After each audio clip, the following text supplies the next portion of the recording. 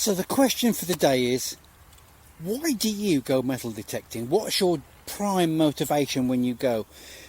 And if you're not a detectorist but you like watching the videos, why? Well, I'm over the coast to do some detecting and there is literally nothing available. Thousands, in fact I've got tens of thousands of acres of land over at the coastal permission where I always come for my best land, and all the arable is in crop, due to be harvested in about 3 weeks maybe over here. All the pastures are 2 foot long, like wildflower meadows. And of all the permissions I have got available, I've got this bit. Now the great thing is I've dug on both sides of this track and found some fairly good stuff. I have a hammer just from just over that side, but down the middle I could never dig because it was rock hard, compressed with years and years and years of heavy farm traffic, make it into a solid compressed path.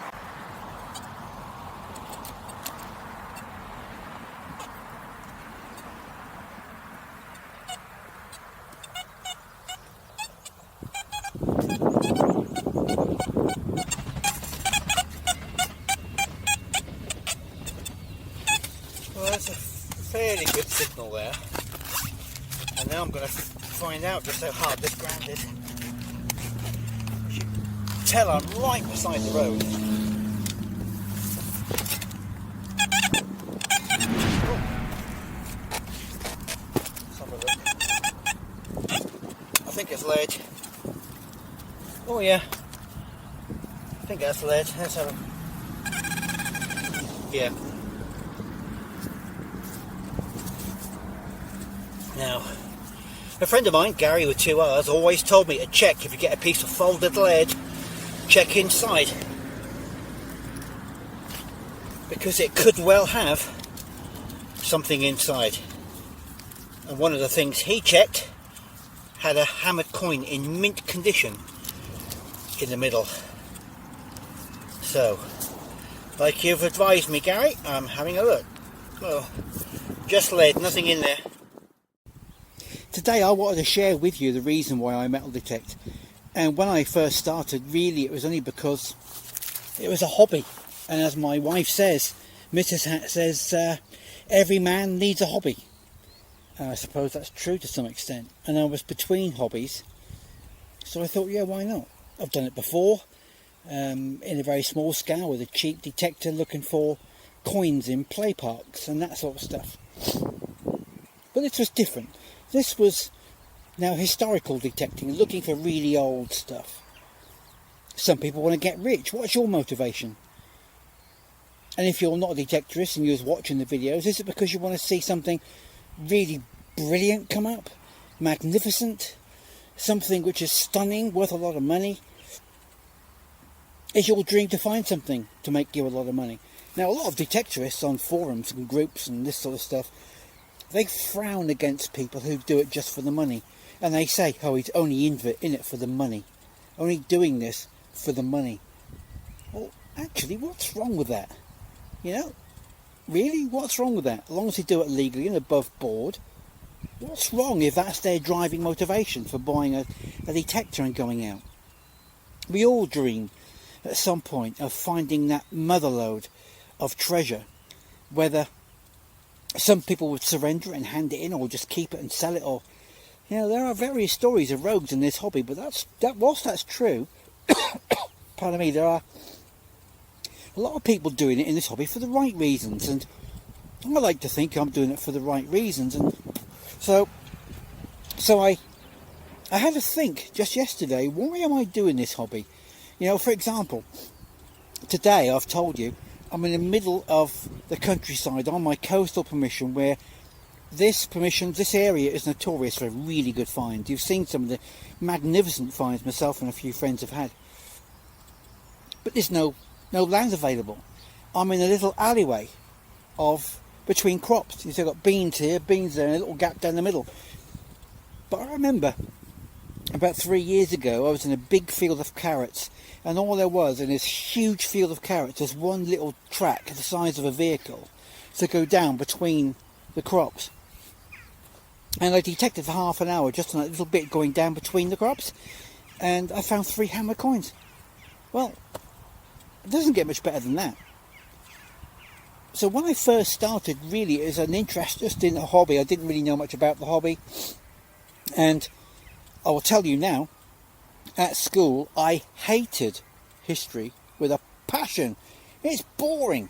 It's an hour past. I'm more interested in here and now and what's coming up in the future. That was me as a teenager. Now, I can honestly say to you, hand on heart, I've learnt so much more about history, and I've wanted to learn more about history because of this hobby. Isn't it funny how detecting can change things around, change the perspective and the interests that you have associated with swinging a coil? I love this hobby, and it started out that I remember this very clearly, I wanted to find my first Roman coin. I didn't care what it was, and after about 6 weeks, no, it was less than that, because my hoard came 4 weeks, 4 to 6 weeks, hoard of silver Roman coins. So it's between 0 and 4 weeks, somewhere in that period of time, I found the tiniest Roman bronze minim that you could possibly imagine. Didn't even look like a Roman coin, but I knew it was, and I was told it was. I was ecstatic. I'd found something nearly 2,000 years old, and I found it. That was my first ever success. I remember it was clear as anything. It was near York. And since then, the things that keep coming up are really, really interesting. So, apart from now having learned so more about history, and a bit about geography as well, where Roman coins and things like this were minted, that sort of thing, that's how you learn a bit more about geography because of the hobby. It's also researching the history of things you find. That is fascinating. So really, I didn't know why I came to it in the first place, apart from the fact that I needed a hobby. And I remember saying to people, what shall I do? Some people said on Facebook, painting, watercolours, done that. Photography, done that. All sorts of things. I kept saying, done that, or I'm not interested in that. Sailing was one of them. I'm not interested in that. Don't like the cold weather and the sea very much. And someone said metal detecting. I said, oh, I've done that. I had a cheap little detector years and years and years and years and years ago, looking for coins that had been lost by kids on playbarks and in the bark chippings, just brushing the chippings aside and finding coins. He said, no, I mean proper detecting. So I thought, hey, that's a good idea. And I remember I went to one of the UK biggest dealers and I said, look, I've got this budget, what do you reckon I should do? And he said, well, if you want the best detector you can buy for the money, I would suggest you put another 50 quid, 100 quid to that and get this, which is the machine behind me. And I did. And I do not regret it. This is the best machine, I believe, out there. But I know we all have different opinions. We all like our own machines. And some people swap machines like they do underpants. But you know, mind you, I know some people in this hobby that don't change their underpants. I shouldn't have said that, should I? But there you go. But I really, really enjoy the hobby. But can I make money out of this? No. You know, I've had 5 treasure troves I've surrendered. And put together the reward for that. Hasn't even paid for one of those coils yet. But you know, it's not about the money. But if it was about the money, there's nothing wrong with doing it for the money. So I'm just wondering, what motivates you?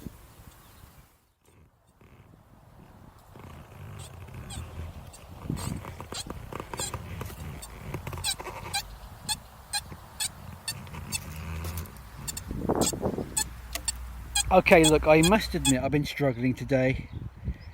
And then all of a sudden, a 50 centimes, I'm not sure quite how it got here in Yorkshire, but it's a silver coin.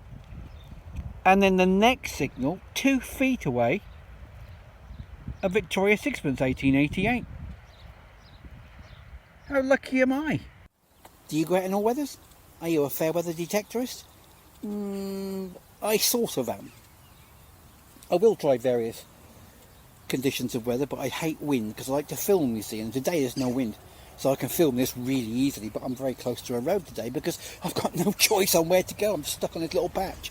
But there's still stuff here which will take some explaining and some identifying, and that's the part. So when the hobby's over for the day, I'm going to take these things home and start looking at the research. And that's when you learn stuff. And as I said, I've learned far much more in the short period I've been detecting than I did in my entire childhood at school. Anyway, look, I want to hear from you. I want to know everything about you and why you do it, why you watch it, and what your ambitions are, why you started, how you feel about it now. Just tell me your story. And if you're interested, by the way, in some IDing, because that's what we're talking about today, and Roman, I mentioned Roman as well. I've got some brilliant Roman posters that I've designed myself and had them printed in Germany. So they're carbon neutral. I know they come from Germany, but they're offset, the carbon's offset, it's carbon neutral. They're brilliant flip chart size at A1 in full glossy colour.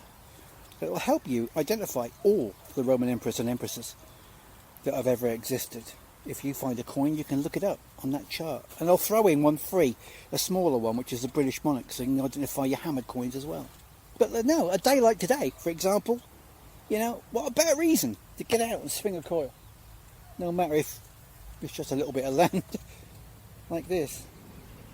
Oh well, look.